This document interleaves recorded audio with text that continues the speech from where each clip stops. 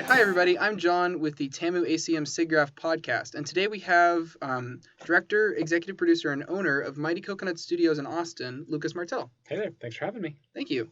All right, so we're just going to talk a little bit about your experience in the industry, your studio, and some of the stuff you've worked on. Okay. So just to begin with, what's a basic synopsis of your career path getting to Mighty Coconut and where you are now? Okay.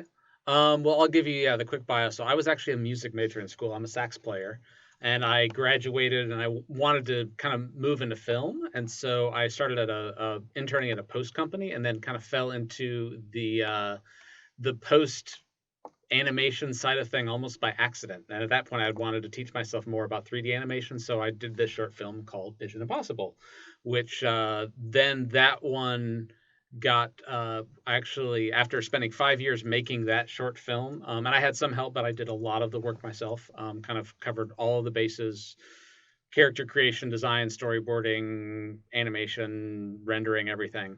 And then actually, when that one was done, I ended up optioning that one to Fox, and that became the basis for the feature Spies in Disguise that's actually still out in theaters right now. And then while that whole Spies in Disguise project was happening and slowly developing over time within Fox and Blue Sky, I did another short film called The Ocean Maker, and off of that one started the studio in Austin called Mighty Coconut. So yeah, and then we've been doing so Mighty Coconut's been around for about almost 6 years now. Visual effects, animation. Probably the biggest thing we did was a series that YouTube Red funded that was Kings of Atlantis, and that was 13 11-minute episodes. So that was the kind of the largest thing that we did all in-house. And then since then, we've also started doing a lot more original games. We've done a couple of things. Laser Mazer was one that I did, and then 57 North was one that we did for the Merged Cube. So kind of a whole lot of different things all over the place. All right, awesome. So what is Mighty Coconut currently producing right now?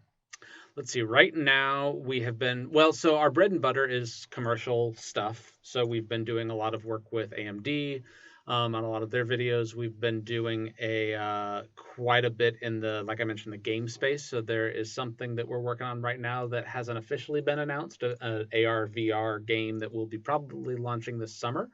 And then within Mighty Coconut, that's sort of the main things that are going on. And then there's always vendor contract stuff that we're doing. We also help a lot of people visually develop their projects. So even if it's not something that we do, they might hire us to do art and help them pitch, stuff like that. And then I'm also, personally, not through Mighty Coconut, I'm also developing a lot of different projects, both films, series, and games.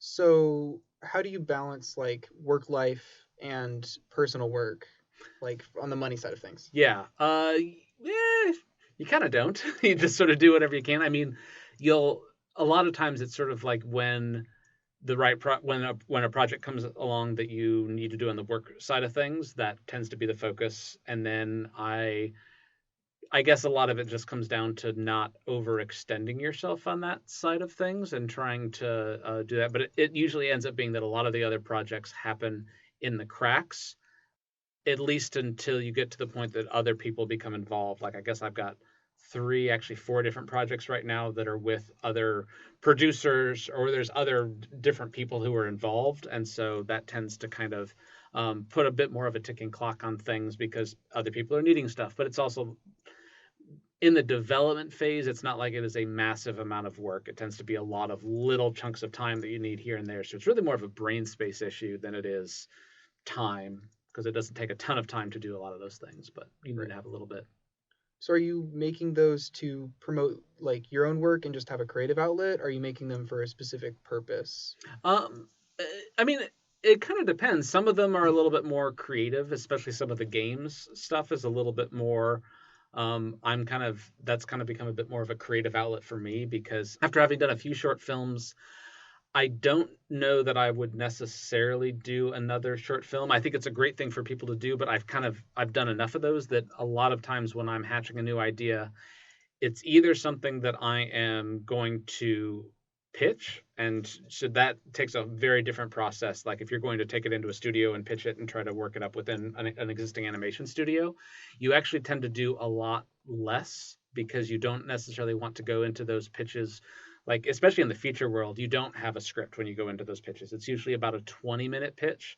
And in fact, usually the way that I do it is I actually like to soft pitch it even before that. So I usually try to set up a meeting or a phone call to just have like a quick little 5-minute, hey, here's kind of what I'm working on. Because all of the studios have so many different projects going on that it's very likely that that they have something that might conflict with what you're doing, that they've already got a project that's set in that same world or has a similar idea behind it. So it's usually good to sort of like go in with a soft pitch, see if there's any other projects that are in development that it's bumping up against, and then go back and then flesh out the full sort of 20-minute pitch. So yeah, I guess I'm kind of rambling all sorts of different things. The whole development world is a very large world, and it's something that not a lot of people really know too much about because the way that it works is very, very weird until you just sort of see how things work, and suddenly it starts to make sense. But it definitely took about 7 or 8 years of kind of working within it before I really kind of understood how that works exactly. But so those would be projects to set up, produce, direct, all that sort of stuff. So I know that a lot of students have like really big ideas and they want to send them to companies or work within companies to create those. Yeah. How does someone like position themselves to be pitching to large companies?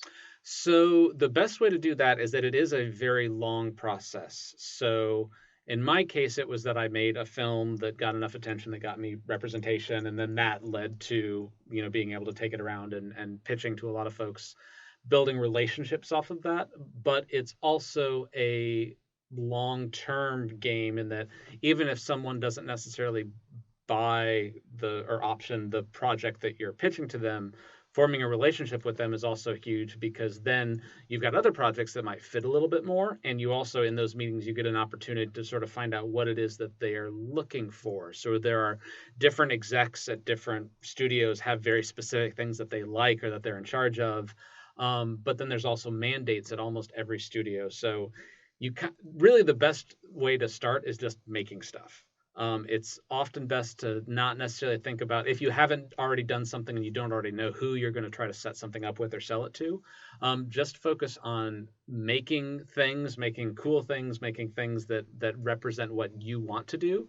And then as you start making more and more of those things, then those opportunities will kind of come up more organically. There's not really a super, super clear path, but you also don't want to get into the boat where you're just constantly coming up with ideas if you don't really have an outlet or a way of getting them made. Right. Okay. So once you have your short film made, right, and you love it and it's great, Yep. How do you break into the film festival world and then get connections based off of that? So the film festival world is actually very easy to break into because you just send them your film and pay them money. The film festival, when I did Pigeon Impossible, it was a very different time, and so I felt that there were probably more things that came out of the film festival run on that one. Although I guess even on the business side of things, I didn't feel like film festivals were necessarily where people would be making connections in terms of like, oh, this is someone who's going to find me and be discovered. That is much more online these days, where that people will find you and your career can kind of more take off from there. I think that the best thing that I got out of the film festival circuit was the opportunity to meet a lot of peers and a lot of other people who were kind of doing a similar thing, but maybe a little bit different, or maybe there's the opportunity to work with them at some point down the road, or maybe it's just other friends that you make that end up going off and working at other studios that it's just really good to have. I forget what they call it. There's like the business term that I hate, that I just generally hate all of those kind of catchy business terms. I forget what they call it, but it's like horizontal networking or something terrible like that. But basically just that idea, sort of like you want to make friends within the industry, even if they're doing a similar thing as you. All right. So you said that you put stuff in film festivals, and that was a Mhm. good way to get exposure. But what Mhm. about like conferences and Yeah, yeah? yeah. So probably the biggest conference that I did with, especially with Pigeon Impossible, I guess I also did with Ocean Maker, was SIGGRAPH. SIGGRAPH is great, especially for people who are more on the technical side of things. I actually haven't been. I know the other one that I keep wanting to go to, but for various reasons I haven't been able to make it to is CTN. That's where a lot more. I feel like SIGGRAPH, the conference, has become much more technical focused, whereas CTN is more artist and creative focused. So depending on which side of the industry you're on, I think either of those are great. There's a lot of other conferences that are all around, but again, a lot of it just comes down to getting to know other people. Sometimes some of the smaller festivals and conventions are the best way of getting to meet other people, just because it's not quite so large. SIGGRAPH is so huge that it's difficult to sort of bump into people. I know one of my favorite, it's a festival slash conference, is the Austin Film Festival. And since so many people are close to Austin, the big thing about the Austin Film Festival is that it is a writers conference, and there are a ton of really, really high end screenwriters and also execs, both from studios and from production companies, kind of all over the map. So like if you are interested at all in screenwriting and the storytelling side of things, that is, I would probably say that's the best conference in the world for stuff like that. All right, cool. Mm-hmm. So Texas especially is like Austin is somewhat of a hub for animation and Yep. film, Mm-hmm. but other ones like California, Georgia have like these really big hubs where these industries are placed. Yeah. So why are you located in Texas, and what is your opinion on animation and film in Texas versus those other hubs? Yeah. So I mean, film in general in Texas it's kind of its own little beast. Animation is even a kind of a weirder stepchild of all of that. Austin, especially within the last few years, between us, Rooster Teeth, Powerhouse is in town. They're doing the Castlevania and the Seismanos, and I think they've got a couple of other things. There's also Minnow Mountain is the other big one in town. They did the Undone series for Amazon. Yeah, on the more rotoscope sort of thing. So each of all of us were kind of doing our own thing in different ways. Sometimes we team up on different stuff, but it's definitely been within the last few years that all of these different studios have started doing more stuff. So animation in Austin is interesting. It's still very small, and there's not nearly as much going on as there is in LA. I still end up going out to LA every couple of months just because that is where the business side of it is. Now, for me, that's also because I'm looking mostly at the development, setting up projects, and all that sort of thing.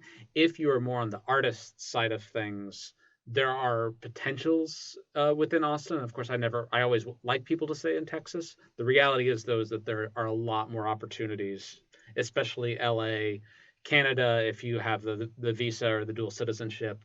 Yeah, Georgia. It's sort of, I would probably recommend for students to um, basically just start off with the best thing you could find in the city that has the most going on. So even if it's a smaller studio, but within a city that has a lot more, like even taking a for your first job something in LA, even if it's at a smaller studio, you just have so many more opportunities and networking things. So Austin's great, and of course I love and want to sort of keep the Austin scene going, but I'd feel a little irresponsible if I were telling students that that's sort of like that's the end all be all, because there's a lot more outside of Austin.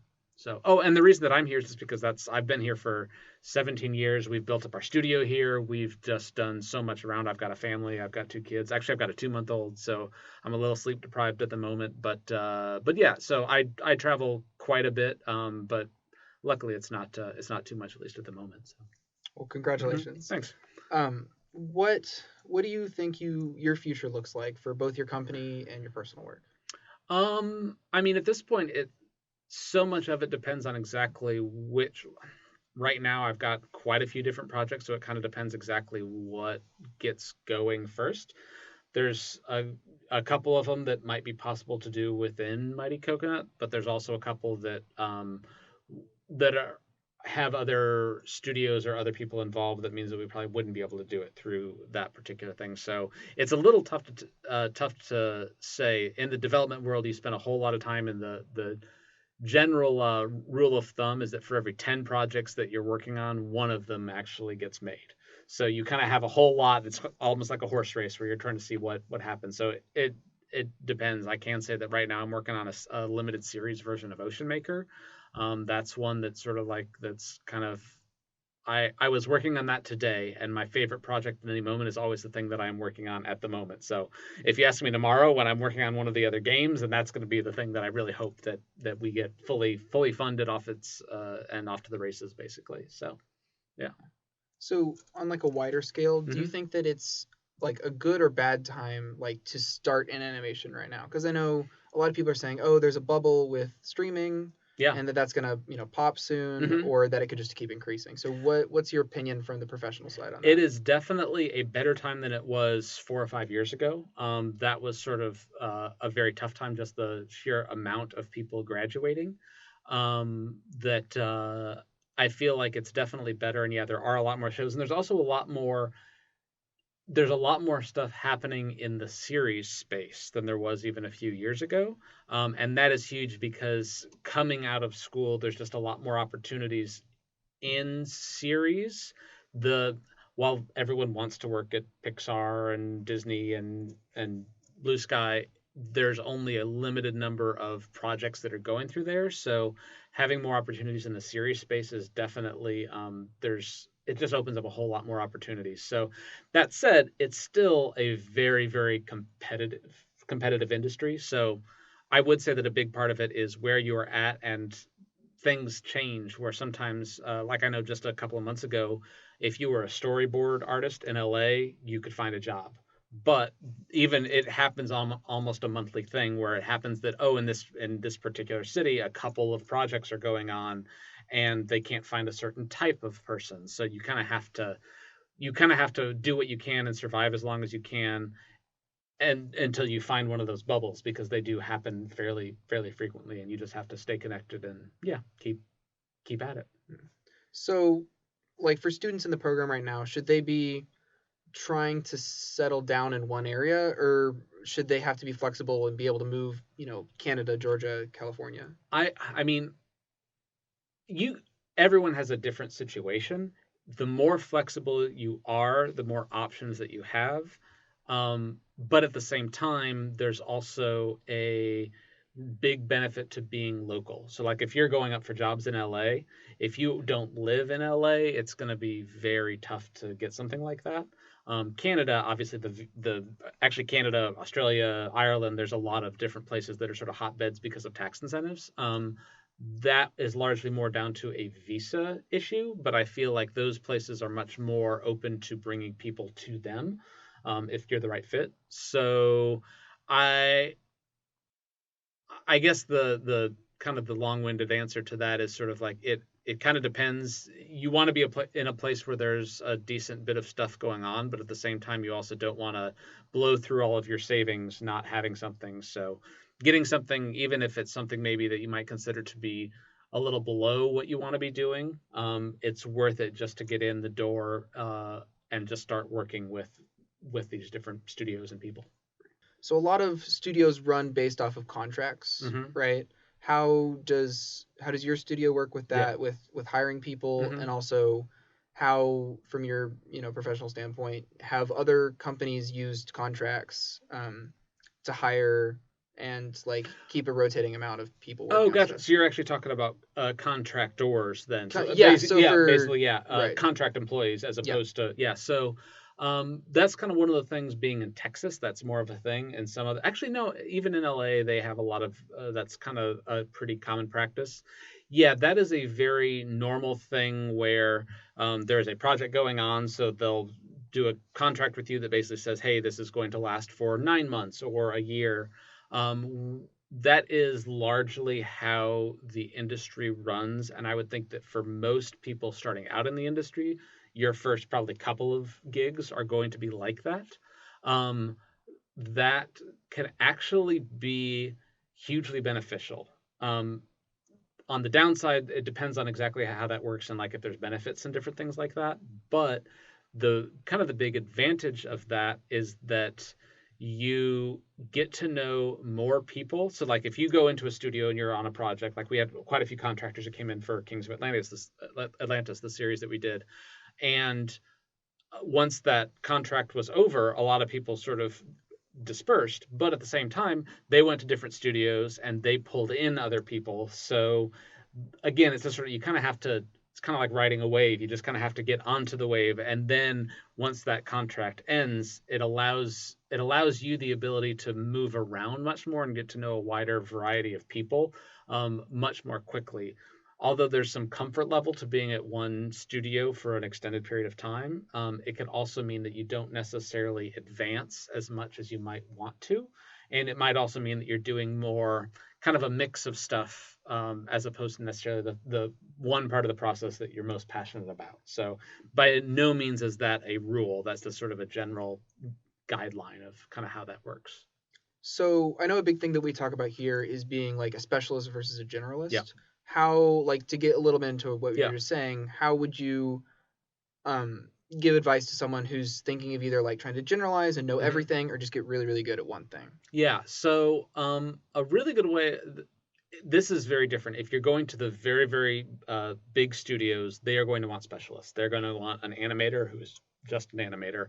Um, Whereas a lot of the smaller studios, typically when we've been hiring, what we often look for is we call them sort of T-shaped people, where that they've got one, and of course it's a podcast, so you can't see that my hand gestures here, but if they have one thing that if you're predominantly an animator, that's your thing. But if you have a couple of other related skills, maybe you're not the best at rigging or layout, but having a little bit of experience doing those can make you much more valuable to a project, and especially to smaller studios where you do kind of have to bounce around just a little bit more.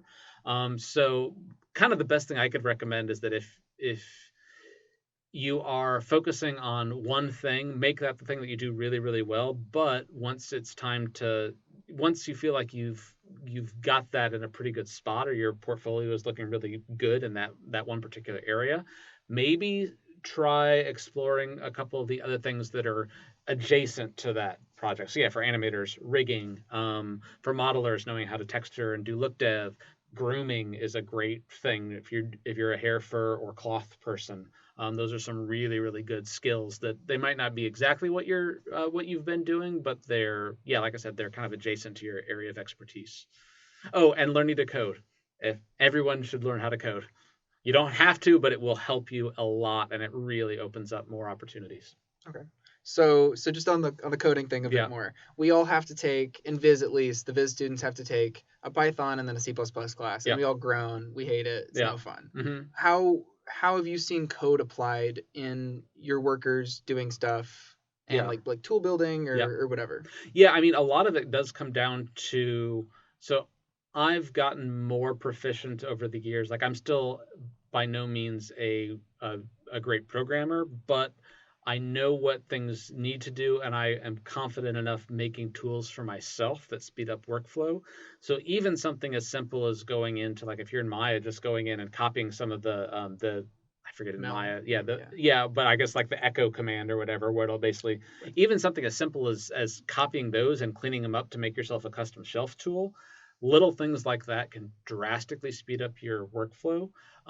At our studio, we have also really leaned into automation, especially of a lot of that stuff. We've also kind of built up a lot of things around Shotgun, specifically the Shotgun toolkit, so that artists never even need to worry about where they're saving anything.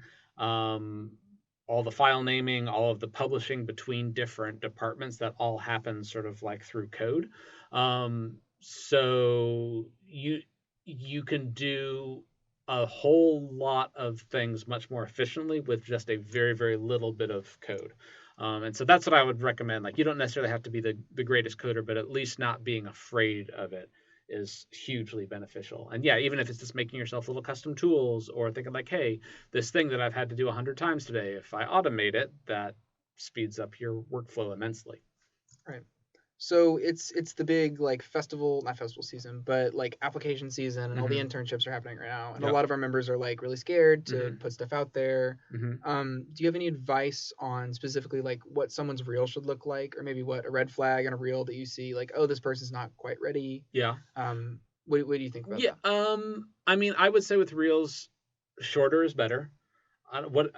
Like a lot of times I've seen reels where it used to be they would say 3 minutes. Honestly, now 1 minute is good. Like it, put your best stuff on, and if you're especially at the student level, if you don't have like I'm trying to think of one of our compositors who was on like Life of Pi and Transformers and a couple of ILM projects, it's like okay, it's worth having, you want to show that amazing shot from Hulk in there. Like if you're at that level, it's okay to go beyond that. But I would say for students, just get a solid minute. And that should be plenty to show off your skill set to, especially for more entry level positions that aren't necessarily senior. So length is probably the biggest one. Um, I do think that it helps to have a focus on a reel. Oh, so this is a um, little kind of a minor thing, and I don't know if this even necessarily applies to other studios, but one very simple thing to do is when you're sending an email, so just like you're attaching, just include the link to your demo reel, don't attach it.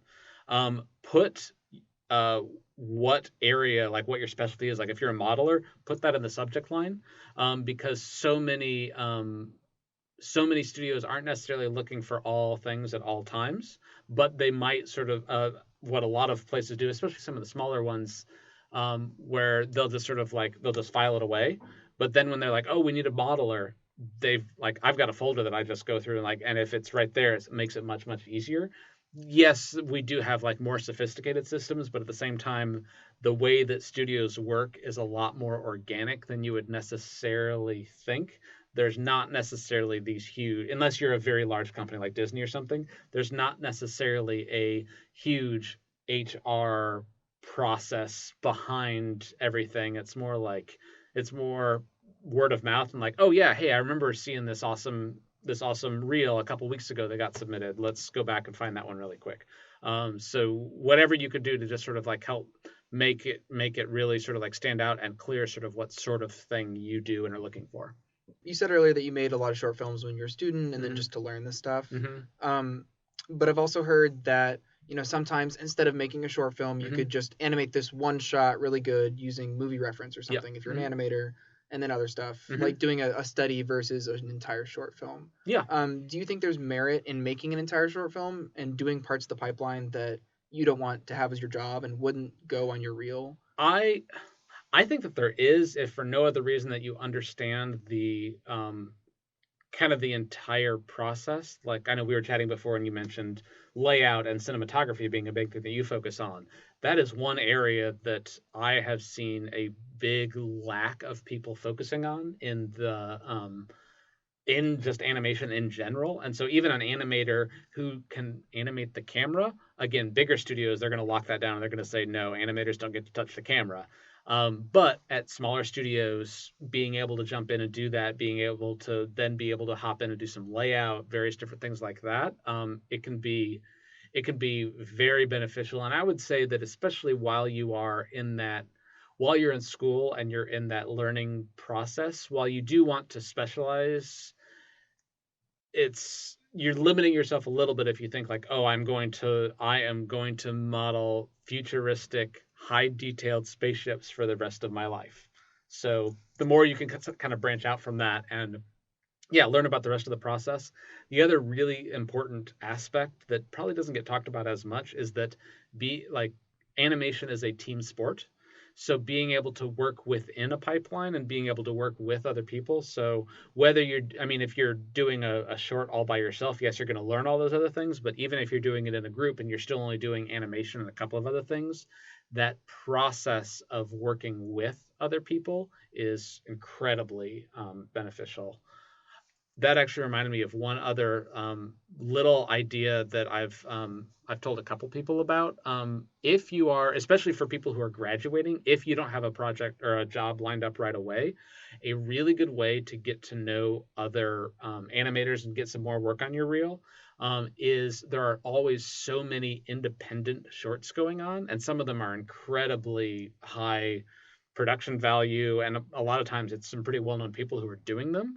Like if you don't have anything else, maybe as opposed to just doing a little test for yourself, volunteering to, if you're going to spend that time anyways, put that towards an indie short film or something like that, because you will not only get something for your reel, you'll get something that actually gets rendered and looks finished, and you get to know other people in that process. So that is a really, really good way uh, of especially getting a chance to work with some more professional people within the industry. Because, like I said, a lot of the people even working on these independent shorts, a lot of them are Pixar people, and they've been in the industry for 20, 30 years sometimes. So it's not just students that you find on those indie projects.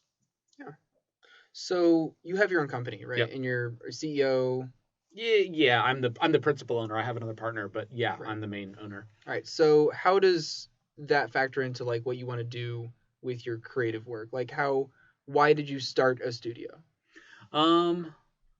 Well, so a big part of it was that I was finishing up Ocean Maker, and kind of wanted to be able to use a little bit of that to build up, a place that we could keep doing a lot of these projects. And so I'm trying to think of this from so many different angles. I guess what I would say is if you're a student, if you're graduating, starting up a studio is not what you want to do. That is a terrible way. There's a whole lot of things that are very difficult, especially if you don't already have a a list of clients is probably the big thing, because unless you come from money or you have someone in your family who's investing in something like that, which is also a terrible investment, unless you have a lot of money to sort of gamble with, because it is a very high risk, high reward industry. What I would say so if you're a student graduating, starting your own studio is not what I would recommend as the way to kind of get going. For me, it was though that we kind of had a little team built up. Wanted to hold on to that. We wanted to be able to capitalize on some of the stuff that was coming off of the Ocean Maker. We had a project that was now lined up, and so the studio just kind of happened organically around that. Part of that was also just from a personal standpoint. That was when my first child was born, and I needed something that was a little bit more stable than the freelance stuff that I've been doing for the last 10 years. So when you own your own business, you're basically freelancing. It's just that then you have other people who you are now responsible for. If you're not, there's a lot of aspects to it that are very difficult to even describe or get into, just because of how the industry works. Just to bounce back to the Pitch Impossible and Spies in Disguise thing Yep. real quick. Mm-hmm. Can you talk about the process of auctioning off your short film and then the creative switch, like going from what your thing was solely to that giant corporate production? Yeah. So like I said, it took 5 years to do the short film, and then that was also at a very lucky time, because it was 2009 when that came out. So that was right kind of on that edge where the hardware software was just becoming powerful enough that an individual or a very small group of people could make something that to a layman looked basically feature film level. It's not, and you could point to a lot of different things that definitely don't hold up, but at the time, like, it was just sort of like crossing into that threshold there. So that was a point in time where there were not really a lot of other animated short films coming out. So I guess what I'm saying is, I'll tell you the story of how all that happened. I will also say, though, that this is not really something that is very easily repeatable, especially now, because there's so many more projects that are coming out. So I made the film, and that got me a manager, agent, kind of did the whole the LA tour. And at that point, I was pitching the feature version of that, so took it around to several different production companies. Ended up going with Chernin Entertainment, who they've done a whole lot of stuff, Planet of the Apes movies, They're massive. But anyways, and then they took it into Fox, attached a writer, and we went in with that. So I mean, I can't say too much about it, but I was actually kind of surprised that how much of at least the bare bones version of my original pitch was actually pretty much what the final movie ended up being. So obviously so many details and so much tonal stuff and action sequences and just all of those details get fleshed in and make it real. But basically what you see in the final film, if I gave you the 60-second pitch of what that movie is, that was more or less what the pitch was that I went out with. And then so I was more involved on that one through the first few years. I was a story consultant and kind of worked more closely with the first writer, Cindy Hewitt, to kind of she did the script, but I would kind of weigh in with story ideas and stuff. And we took the short film as inspiration, but it's not like we were trying to really take too much of it, other than the character. There was actually some things with Walter that kind of made it through all the way to the finished thing. But yeah, and then once it got internal to Blue Sky, I had a few conversations with them, and we were just kind of trying to find the right fit for me up there. But because I had only done this one film and I had never worked at a studio at that point, it was just sort of like they kind of didn't really know what to do with me, especially because it was going to be, at that point, there was no guarantee at all that Pigeon Impossible, the feature, was ever going to become a thing. And so I stayed friendly with them, and eventually, once they kind of went internal, Nick and Troy, the two directors, came onto that, and at that point, they kind of took over the reins, and in a way, I feel like that kind of worked out really, really well. Like I said, I kind of wish that I could go into a couple of the little detail things, but for NDA purposes, I can't. But yeah, I was really happy with how that whole project came out, and they, not that I don't feel like I can really claim too much responsibility for the feature, but a couple of things that I was really kind of rooting for and pushing early on in that in the story process, I feel like the Nick and Troy and the other writers who came on board, they really got it and did some really fun stuff with it. So if y'all haven't seen it, it's a very good movie. Blue Sky's a good studio. Mm-hmm. Yeah. It's my favorite Blue Sky movie. But it's my favorite Blue Sky movie too. Yeah. Until Nimona comes out, which is gonna be so good. Yeah. I haven't seen anything with that. I haven't either. I'm legitimately curious how that is going to be. But yeah, I love the graphic novel, so I'm very curious to see how. It's a dark one. I don't know how they're gonna make it super kid friendly, because I don't know if they are, because they could take it in a How to Train Your Dragon direction and make it more 10 to 15 range. Yeah. But if they want to make it more kiddie, then they could. It's just the subject material is pretty it's dark. Yeah. And honestly, that's sort of like I'm feeling, and this is maybe looping back to a question that you asked earlier, but I do kind of feel like the stuff that I like most, it does tend to be a little more adult or a little darker. So there's actually an R-rated animated thing that I can't talk about, but I just delivered the script for that. So hopefully that could be the next one, but it's pretty R-rated, and I had a blast doing that one. That was just the script, so it's not officially greenlit for production, but we're shopping it around right now. And there's but yeah, I like that it finally seems like animation people are starting to open up. I mean, Love, Death, and Robots. There's so much. I mean, in the series space, there's a lot. I feel like BoJack Horseman has probably been the first one, because yes, that one's a comedy, but at the same time, it's not the same type of comedy that most other people are doing in R-rated animation. So I'm just really, I think that where I really want to be, especially on the animation stuff, is that I want to be doing those lower budget projects, whether they're series or features, but that are kind of aiming more for that PG-13 or R-rated sort of thing, just because I feel like that is it's just something that there's not as much of. But also, even the term that's come up more and more lately is hard PG, which is kind of what Spies is. There's some gunplay in it. If you actually looked at the sort of they were right on the edge of that PG. It wouldn't have taken too much. They had to be very careful to not show blood and do a bunch of different things to keep it in that space. How to Train Your Dragon was kind of the same thing. They kept it PG, but it was kind of for older audiences as much as anything else. So we've seen a lot of 2D productions like Primal Mm-hmm. or BoJack Horseman do Mm-hmm. that, fully done thing. But Mm-hmm. why do you think there's a limit on less CG projects? Because I think really the only thing that's out that's CG in Mm-hmm. that age range is Love, Death, and Robots. Yeah. Well, so that is actually largely a stigma within the industry, that there is, and this is kind of changing a little bit, but it's slow to make for people to realize that just because something looks good does not necessarily mean that let me rephrase that. The A lot of times when stuff is animated, and if it ever starts to look a little too cute, that is where, whether audiences actually think like, oh, this is for kids, or whether it is more execs saying like, oh, this is for kids, there's a big stigma that if it's adult animation, it needs to look ugly.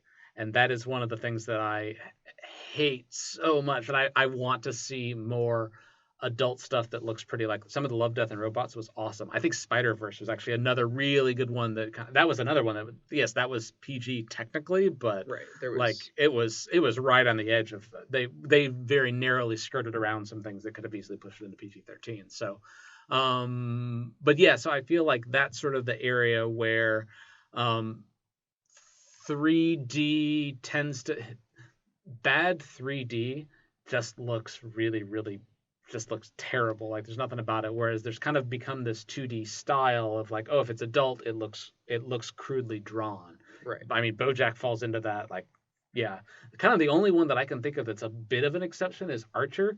But in Okay. Archer, they kind of shifted it where they made the art style look really nice, but Mhm. then they did super limited animation, Well, so the yeah, it's crudeness also comes in the movement. it's keyframed instead of cell, right? Yeah. So that's different a little bit. A little bit, yeah. A lot of that stuff is more cut out but yeah, they went crude with the motion as opposed to the style of it. But the Mhm. still frames from Archer look really nice. I love the look of that show. Do you think that between the American industry and the Japanese industry, studios will kind of mix more in between, or do you think it's going to stay kind of separate, like anime, CG, pretty separated? I don't know. I mean, oh, I can't believe that I'm blanking on the name of it now. But there's a couple of CG anime things that are coming out. Lupin, That's what I was thinking. yeah, Lupin the the Third, third, right? yeah. Yeah. That one looks really cool. Oh, that's so cool. The style of it just looks really nice. So I do think that there's going to be more of a change. I think the other thing that the industry has been really slow to.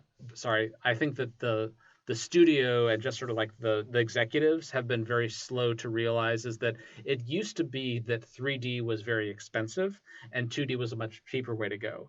I would almost argue that now that's almost sort of inverted depending on depending on the project and a couple of different factors, but it is now to the point that you could make good looking 3D for less than you can make really good looking 2D.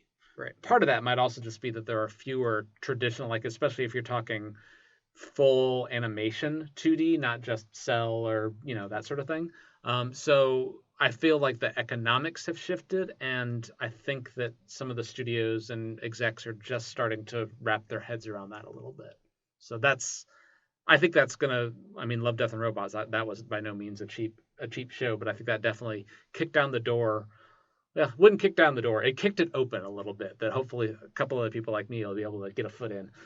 That'd be great. And I know Love, Death, and Robots wasn't. It was an anthology, so it was pitched different episodes to different Yeah. studios, right?